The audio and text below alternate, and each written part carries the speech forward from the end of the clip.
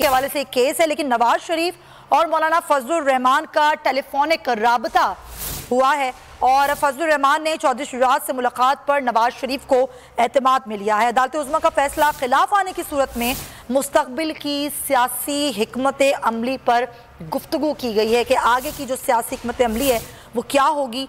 तो ये राब्ता हुआ है नवाज शरीफ और मौलाना फजलुर रहमान के दरमियान। सिद्दीक साजिद हमारे साथ हैं, उनसे इस राब्ते के हवाले से बात करते हैं। सिद्दीक, क्या गुफ्तगू हुई है? जी, मौलाना फजलुर रहमान काफ़ी मुतहरक हैं अदालती फैसला आने से कबल, और उन्होंने न सिर्फ नवाज शरीफ से टेलीफोनिक रब्ता किया है बल्कि उन्होंने अब से थोड़ी देर पहले आसफ जरदारी से भी दुबई में टेलीफोनिक रब्ता किया है। एक तो जो फजलुर रहमान ने चौधरी शुजात से मुलाकात की थी उस पर भी नवाज शरीफ को एतमाद मिल गया। फिर जो खिलाफ आने की सूरत में जो मुस्तकबिल की सियासी हिकमत अमली होगी PDM की, उसके ऊपर भी तबादला ख्याल किया गया है। और साथ ही साथ फिर उन्होंने दुबई में आसफ अली जरदारी से भी रब्ता किया है और मौजूदा सूरत हाल और मुमकिन अदालती फैसले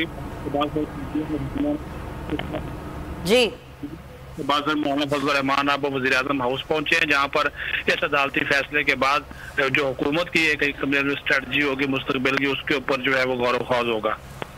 तो सबकी नज़रें जो हैं वो इस तरफ लगी हैं कि अब जो फैसला आएगा उसके बाद एक जानिब ये इजलास जो है वो हुकूमती इत्तेहादी जमातों का और उससे पहले उनका रब्ता मौलाना फजलुर रहमान का हुआ है।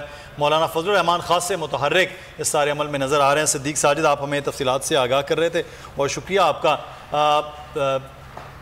समी इब्राहिम साहब हमारे साथ हैं। समी साहब, रब्ते इजलास की तैयारियाँ PTI भी वो भी कर रही है कि इस फैसले के बाद वहाँ भी हिकमत अमली और इधर भी हिकमत अमली। मौलाना साहब बड़े एक्टिव हो गए हैं पिछले तकरीबन 3, साढ़े 3, 4 घंटों से।